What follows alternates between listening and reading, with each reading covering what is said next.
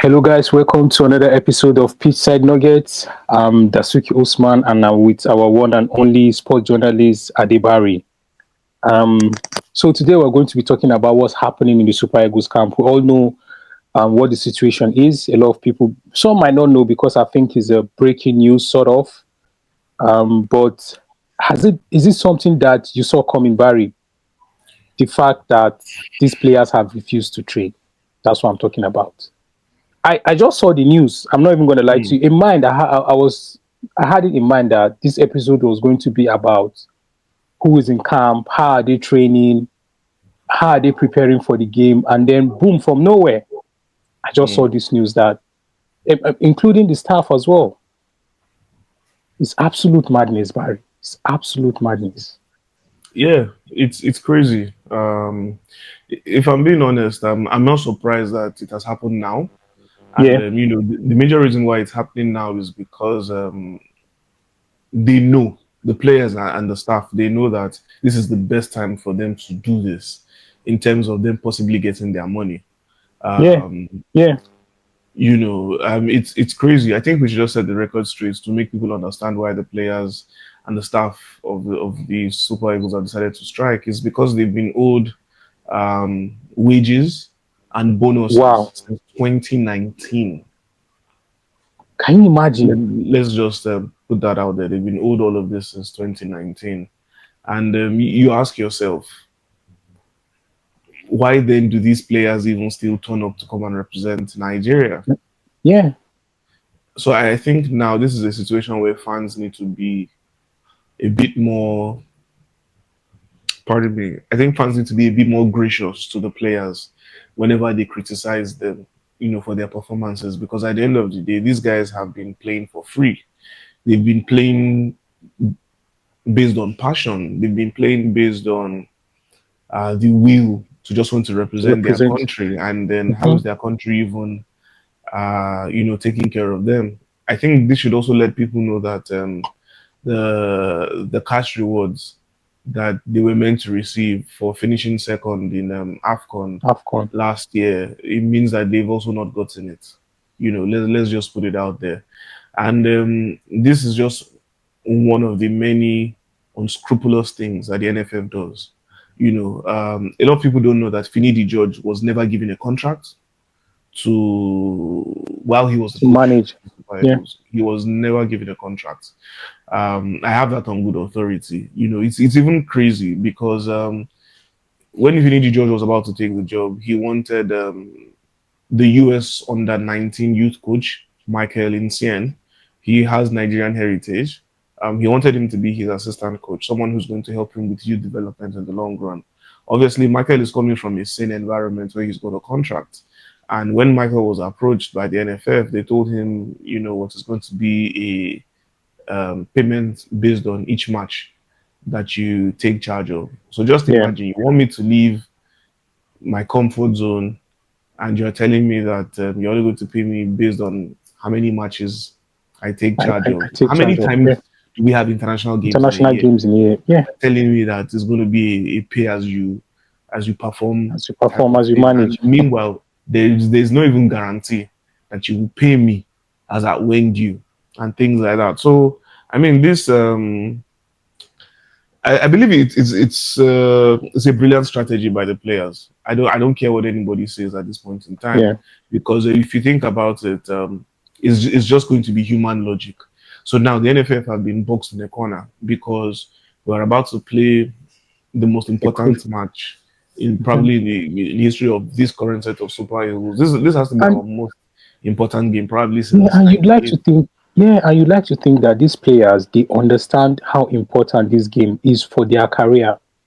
Do you understand? For them being able to tell their kids or you know that they have played in the World Cup. But for them to make this decision at this time, then it must have really bothered them, because 2019, that is 6 years ago. That's a Mm, long time. That is a yeah. long time for you not to get any sort of payment from the national team for representing them and all the stress. Imagine what they went through in, was it Libya? Yeah. Yeah, Yeah. and those kind of experiences, and the NFF didn't show any concern whatsoever by Mm. giving them their bonuses. Yeah, it's quite disheartening because these players have been through a lot. I mean, I Of think course. the height of it for me has to be the abuse from Nigerians, when results don't go their way. And if you Mm. think about it, what is the major reason why results don't go their way? I think at the end of the day, it's usually always down to um, lack of consistency in terms of the coaches available for the players. I mean, for a qualifying campaign, the Super Eagles were managed by four different coaches. Started with Jose Pesero, then Mm. it was Finidi, then it was Eguavon for a period, and now it's been Eric Shell who has been at the helm and taking the boys thus far. Uh, so having different coaches and then bringing different players, there's sometimes when some certain players are called up and you're just wondering why is this individual in the squad. For a long time there was a cabal of players that were always being called up. The latest one has to be the hotel in which they were Yeah, I in yeah Rabat. I saw that, but I didn't know exactly what was going on there. Accommodation Yes. for the qualifiers for these players has nothing to do with Morocco. Okay. This is solely on the NFF. This is solely on the NFF. What Morocco is in charge of is the match day itself. Yeah. You know, Yeah. Yeah. So even every other even logistic in terms of is on the logistics, NFF. or yeah, logistics in terms of transportation from the hotel to the match venue is still on the NFF. Yeah. What Morocco is providing is a venue for the match to be played and Yeah. security on the day of the Okay. match day, right? So Yeah. now the hotel in which the Super Eagles currently residing is called the Reeve Hotel. There's Okay. a viral video on X which was taken from Alexi Wobi's Snapchat account Snapchat. Yeah. where he was perplexed why on as to why the view of his Yeah. room is next to what I would refer to as, if you're not Nigerian, you might not understand this term, but is what I call, rather, what we call face me, I face you. You know, he was Yeah. wondering why that was his view. Yeah. And I did a bit of research and I found out that, look, the Reeve Hotel is ranked um, 78 out of 84 in terms of the hierarchy of good hotels in the entirety of Morocco. Now, when we talk Wow. about Rabat, the Super Eagles media officer, after the Wubi video went round, the Super Eagles media officer, Mhm. Promise Fogi, released a statement saying that the reason why they chose the Reef Hotel is because it's 20 minutes to the stadium. Now, when I did my research, there are four other top class hotels Hotels. in Rabat that are also 20 minutes away from the stadium that they're going to be playing in. We've got the Hilton there, we've got Sheraton there, and we've got two other ones that I honestly cannot pronounce the names. I don't want to murder the names. But the Reef Hotel in Rabat, Morocco is one of the worst rated. Now, to make matters worse, how would you put a national team that is preparing for such a critical game in a hotel where there's a nightclub under? How do you want the players to sleep and to be able to have a good night rest? If you search Rive Hotel on Google, Rive Hotel on Yeah. Google, read the reviews. They have the worst ratings ever. I mean, this is a hotel that people suffer from bed bugs, and that is where you are putting the creme de la creme of Nigerian football.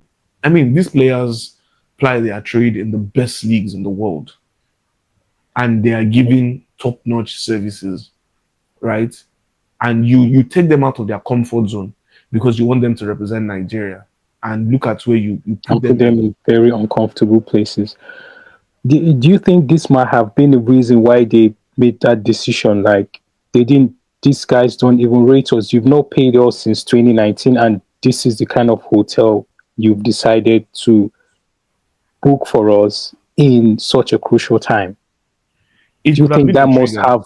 yeah, it might have been a trigger, to be honest, and you can't blame them because, to be honest, if they were treated nicely in good hotels and the logistics was, elite and top notch, a Mm, bit of luxury for them, they'll probably be like, you know what, these guys are spending money. All mm, these things that they've put together must have cost them a lot. So let's qualify, and then we can talk about our bonuses. But then, mm. with everything that's happening, you go ahead and do this. What is wrong with us? It's really sad. I must admit it's really sad because I am quite sure, I am too sure that the executive delegation, they will never lodge themselves in such a hotel. They No, will never. no. They will always stay in the best of hotels, the Marriotts, the Hiltons. That's where you always find them. I mean, I would always reference the former NFF president, Amaju Pinnick. He has expensive taste. I mean, this is a man who has an executive box at the Emirates Stadium. If you Mm, know what it takes to have an executive box and to maintain it at the Emirates Stadium, you would understand that it's not cheap money. And he's not even there every weekend yeah, or every match day that Arsenal has a home match during the season, but he's always hosting people from wherever he is. I can say more, but let me yeah, just pause there. yeah. So it's just rather unfortunate because it's not like they don't have the funds to pay these players, but Mhm. they decide to do whatever it is that they do with the funds. Just like this guy on this football influencer now, social media influencer, what's his name? I've seen a lot of his Mobike, video. I think yeah. OBK. Just like he tags them as a man, they are not different from an as a man. You know, this, and I like his courage. I like the fact that he's coming out to speak. Yeah, but Because guess what? a lot. Of, For his safety, before he started mm, speaking out, he made sure he left Nigeria. He's mm, not in Nigeria. yeah, yeah, yeah. So True. even to speak out against these people, you always need to protect yourselves. Because if I'm being Absolutely. honest with you, it's not like the things he's saying. It's not like they are not things that Everyone has seen or have been everyone knows. discussed. Yeah, they've been beer Mm, parlor discussions amongst sports journalists and mm, people in the industry. It's not like we've not known some of these things, but it took yeah. one person to be courageous enough to say, "Look, I'm utterly Enough is disgusted enough. and tired of this thing. Mm, Let's put these people out in the open and let's see what's going to happen." mm, And that's what we have today. But it's quite sad that that has to happen. But now let's think about it. Even since Mobike began this campaign or this crusade, what has been done? Um, Members of the House of Senate decided that they were going to create a committee to yeah. probe into the funds that NFF reportedly received from the FIFA 2.0 FIFA. project, where they Mm. were meant to Build stadiums and build stadiums in develop Kebbi. grassroots football. Mm. Exactly. They were meant to build one in Kebbi. They were meant to build one in Oborododo. Um, in Anambra State, if I'm not mistaken. So the one in that Oborododo, there's nothing to show for it. In fact, there's no evidence on social media or on Google about that one.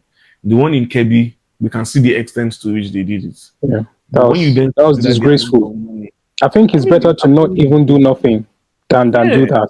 yeah. I mean, That so was when you disgraceful. consider the amount of money that was disbursed to them, $100 million, and you see what they did with it, it's appalling. It doesn't even look like what was done is even 20% Yeah, of $100 million. the money. You'd It's see it's a sorry state what of Nigerian football. Rwanda, what But Kenya, what they've done with their own money. yeah, You that's see, I there's a mean, come massive on. difference. Yeah, I mean, for a good number of years, we've always touted ourselves as the giants of Africa when it comes to Mhm. football. But take a look at what these other countries that you've mentioned are doing. Take a look at what Rwanda is doing. Take a look at what Morocco has done over the Yeah, last couple of years.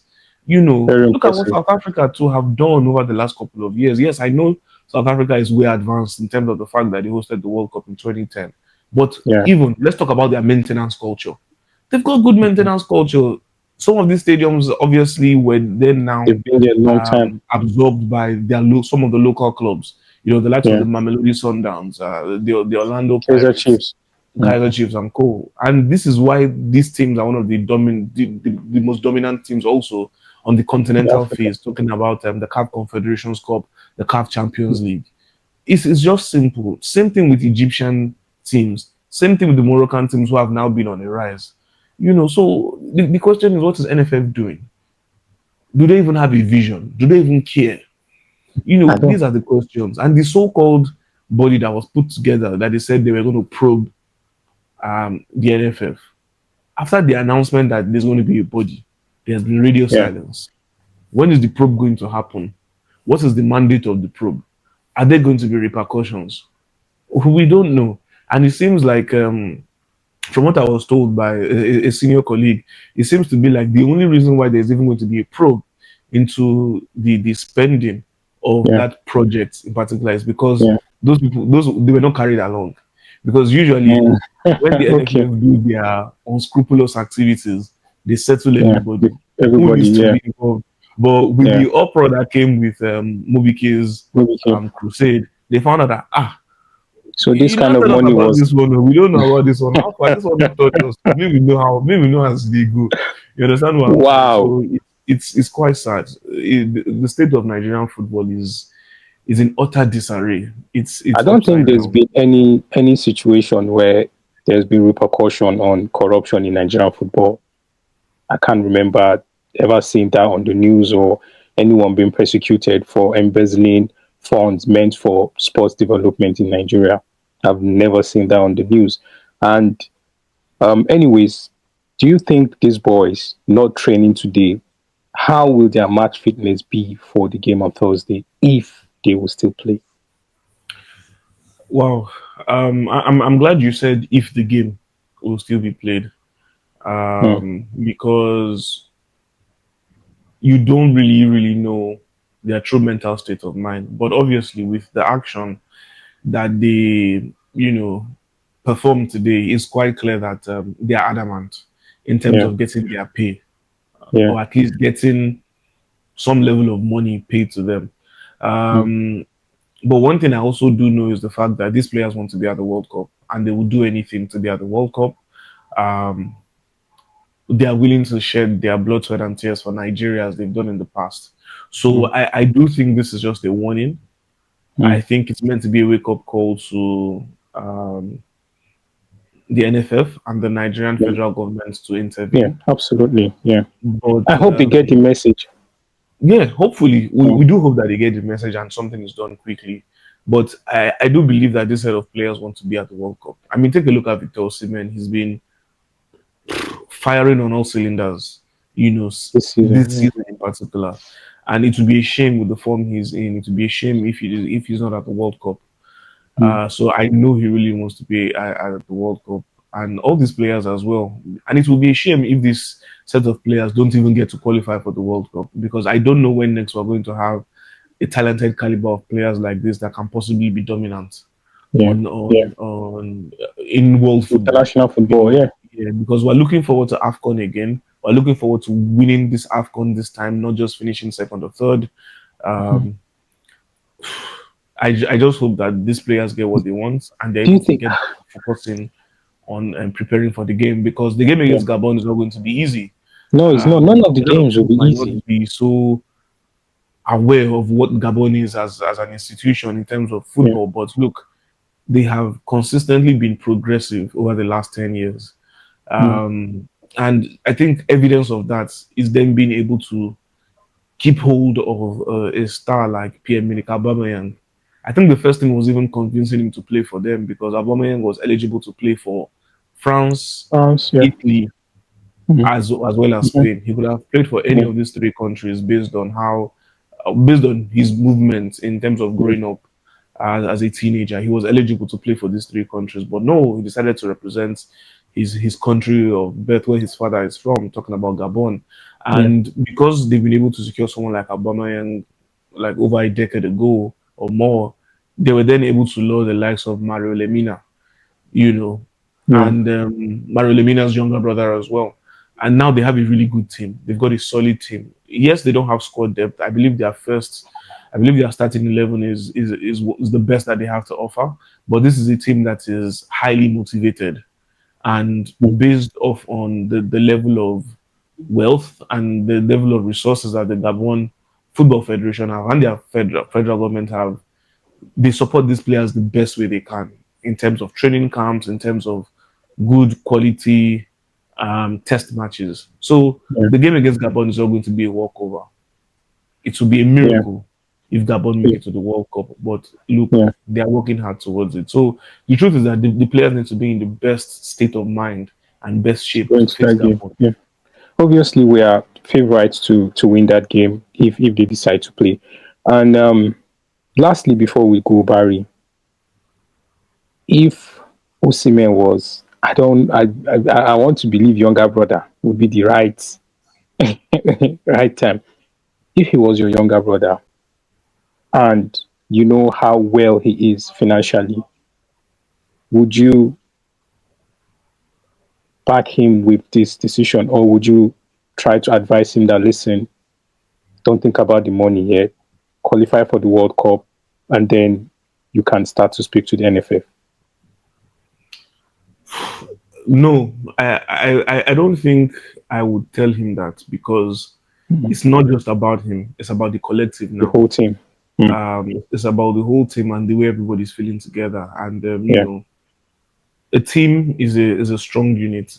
I see a team as an unofficial family unit, Yeah. and the team needs to speak with one voice. And Victor Yeah. being one of the leaders of the team, look, if his teammates are coming to him to say, "Look, bros, This is what we want to do.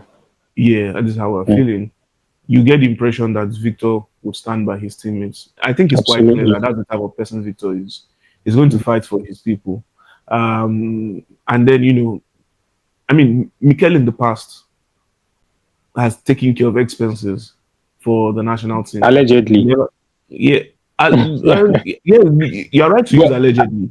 yeah, I don't know I if we've think, confirmed that I don't because I think, think Siasa came out to debunk that, and Mikel yeah, hasn't said anything, but we never know. true. But, but, Mm. but then again, I don't think, what does Mikel stand to gain True. from From lying saying that. about possibly helping the team? Yeah.